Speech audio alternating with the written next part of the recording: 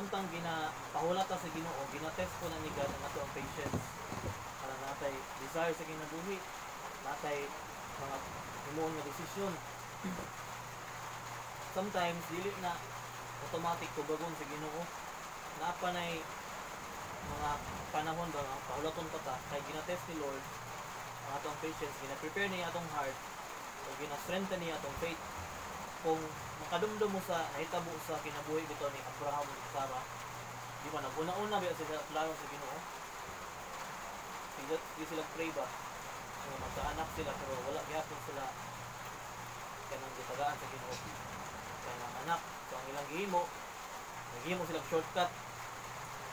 Doon na mo na natao si Ismael. Niya nahimo tong problema sa ilang pamilya. Hangtod karon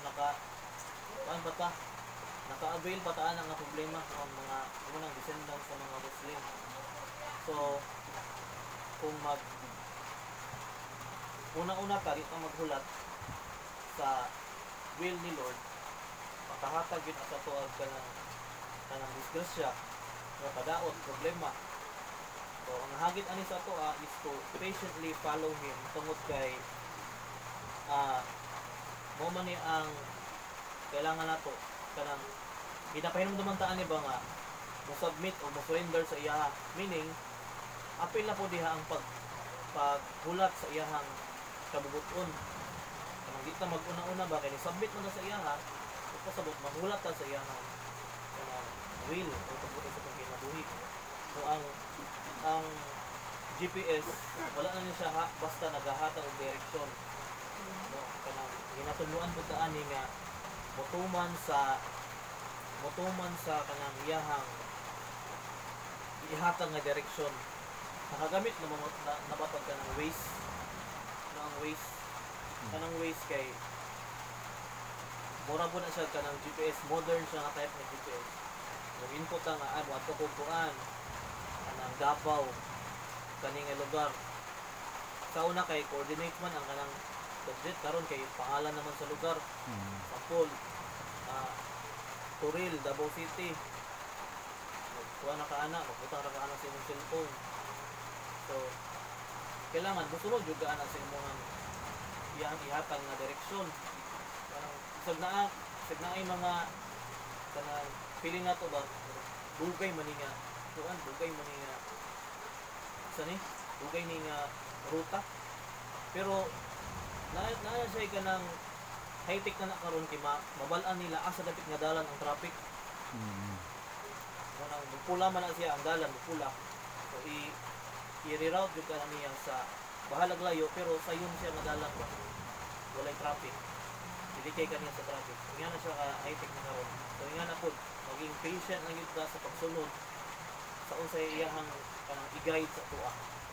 Nya katulo is sure destination. So sure destination, letter S. And hindi na yung verse 6, and he will make your path straight. Kaning straight path diri ginapasabot ani sa Hebrew is a clear and smooth and right way.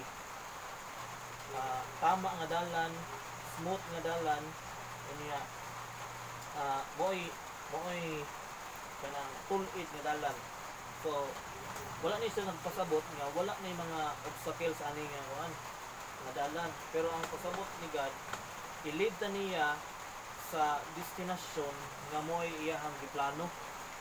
Kagabi ako maning usa sa akong giwali kagabi, example ako ang ako lagi sa eskwela nga patulo na ako nagbalik eskwela sa college nga puro na mga problema ba ang akong duha ka eskwelahan, problema nga dili ko makapadayon. Pero na-realize na ko nga dili na ito mo will ni Lord nga akong eskwelahan. Ang will na ni Lord nga maadto ko eskwela seminary kay ma-compare mo guna ko pag-eskwela ko seminary, grabe ra gid ka smooth akong pag-eskwela. Provided tanan akong balay dito nga gipuy-an, giplaster na si Ginoo. Akong akong question di provide na sa Ginoo pinaagi sa mga agoy. Unya akong allowance na akong manghod na nahimong maestra, siya naka-provide sa akong kanang allowance ito. Niya, si Wincy po usahay mo, atap po niya kanang kuan. Pagtabang po sa akong allowance, nahimong smooth ba unya. Akong pag-eskwela kung pagtuon dito, ano gid, kanang smooth ra pod. Hangtod nga nakagraduate, ang kanang gi-provide ko sa Ginoo. Awa ko nakita nga problema ba nga makaundang ko. So, nga na ba, kung akong panabon, kung masunod lang gid ta sa will ni Lord, grabe ra gid ka smooth ang tanan. Kay ang problema ko to sa akin, natay kaugalingon nga destination sa tong life ko. Lord, mo ni akong gusto, untana Lord. Ikaw mo mag bless ani akong plano. Pero dili dito plano sa Ginoo, lahi day iyang gusto nga mahitabo. So yung una na muna akong na-learn sa ako ang kaning experience sa kinabuhi ba kailangan gid maminaw sa Ginoo kay dugay na gud ko gina-invite nga mag-seminary pero di ko wala gud ko naminaw. So balik na no sa tanan nga mga nagsalig o nagsunod sa Ginoo no nagsaad gyud siya nga talahon gid niya sa sigurado nga destinasyon. So kitang tanan na agid tay isa nga destinasyon kitang tanan. Muna ang eternal heaven. Nga diha gid ta padulong. Mo ni ang sure nga destination. Dili lang ni siya about sa atong career sa kalibutan, sa ato ang status diri sa kalibutan, sa atong mahimo nga or maabot nga success sa kalibutan. Kundi ato ang pinaka sure nga destination is about fulfilling God's purpose sa itong kinabuhi. And ang final ani is na makaabot sa itong eternal home sa atong puy-anan. Mao gid to ato ang final nga destination. Mao ang langit. And ang pinakanindot makauban ba gyud nato si Jesus Christ. Kung nato imagine ba, grabe kanindot ana. Dili makumpara ang temporaryo nga mga kanang bahandi sa kalibutan. Kung ato lagi hunaon ba, ang ato ang career or success sa kalibutan, temporary ra na nga destination. Nga tabangan ta nga kanang maksugakot sa itong kinabuhi. Pero ang pinaka-purpose gyud ni Lord nga maningkamot gyud ta nga muagi sa iyang ihatag nga dalan para makaabot atong sure nga destination. Murag ang hagit ani sa tuwa ba nga atong unahon pagpangita ang iyang gingharian. Okay, daghan man taog ka ng mga desire plano sa kinabuhi. Pero usa ra gyud ang kamaturan nga ginaingon sa Biblia. Naa gyud tay usa ka kadulungan ng ato ang eternal home. So like sa GPS, nay mga panahon nga mamali ta og agig dalan no kanang waste na may mga panahon nga manang malapas ka pero muhatag na siya kanang detour morning ba imong bag-o nga guide nga dalan yaw na siya in 200 meters turn left nya i-turn right ka yaw na siya na mga binonga na ba nag-turn left mga himo-himo na sa mga vlogger ba. Pero tinuod ba na? Pero ang nakanindot ana kay kanang i-reroute ka sa Ginoo ba. Di kaniya pasagdahan niya mawala bitaw ka tagaan gid kaniya dalan nga mabalik ka sa iyang ang ihatag nga dalan, tama nga dalan para maabot sa tong sure nga destination. So pinaagi sa grasya sa Ginoo, mabangan ta niya nga ma-redirect nga to ang padulungan sa panahon nga kanang masaag ta.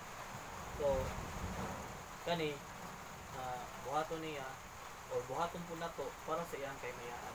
Mo ginang isa sa pinaka purpose nato para gid sa iyang kaymayaan. Nga ihatang i-position whenever nga makahimo tag sipyat, makahimo ta og butang nga dili siya mahimot, iha gyud ang i-position sa tama tungod kay ang dalan sa Ginoo is kanang perfect, ang iyang timing is perfect sa itong kinabuhi. Ako makaingon ko nga ako kung eskwela sa minang is perfect timing ko to. Saan og kanang nadugay ko sa pag-graduate sa college.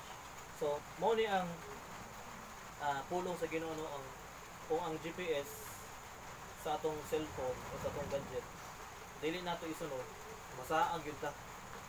Yung ginay klaro, pero ang Ginoo kung ato ko basihan sa atong spiritual life sa Ginoo, kung dili po nato sundon ang Ginoo, ato siya saligan sa atong tibok na kasing-kasing, o po ning mahitabo sa ato mas labaw pag itong masaas kung ginabuhi kay siya man ang ato ang guide, siya tong GPS. So hagit ani sa ato is masalig ta sa guidance sa Ginoo o letter G, guidance, and then patiently follow him, and kung ato ning buhaton makakabot ginato ato ang sure nga destination nga letter S nga giandam niya para sa ato tungod kay ang iyahang plano, purpose ng kinabuhi, on time, on purpose, and the boss na it is for His glory. Mo ni ang at tulo ka mga puntos nato karong gabi, mo ni ang pulong sa Ginoo o about God's positioning system. So natay 5 minutes siguro na discussion. Na mga panahon nga kuan gyud maging mo perfect ang dalan og subay. Pero kapabilin nga nagyoy kuan ba mo man ang John kuan nakunik na sa John 14:6. I am the way, the truth, and the life. No one comes to the Father except through me. So mo nga kalibog sa kinabuhi, pag-uol o mga problema o mga pagpatuyang sa kinabuhi, na ay someone na nagahulat nga makumpisal ta mga ipasaylo din iyatang i-kurik sa atong dalan tuman ang si Jesus na mo na gid mugiya sa ato mo ng God's guidance siya rin yun siya itong ulian ba kasi lahi-lahi man tao nawalaan nga dalan. Nawala. So, ang ulian si Jesus gid na. Siya ra gid ang kuan. Mo nang salamat sa Ginoo kay dili putong ang Dios nagpailog karon na. Nagpailog karon na siya ba. Nagahulat niya mahamtong. Kaya pareha ba sa tao? Ado kuling ulo, patay na kamot sa Ginoo kada ko kayo. So, salamat sa Ginoo kay di iyatan ko ano niyan ikurik niya ang atong mga kapakyasan sa Ginoo. Napoy ako no naa sa ingon siya nga sa size ingon siya hinumdumi siya sa tanan mong pagabuhaton. Bisan ako no nga kanang sa parte sa makina kasi sinati na nako tanan. Pero naagi time gyud nga naay problema nga di gyud ako mosulbad.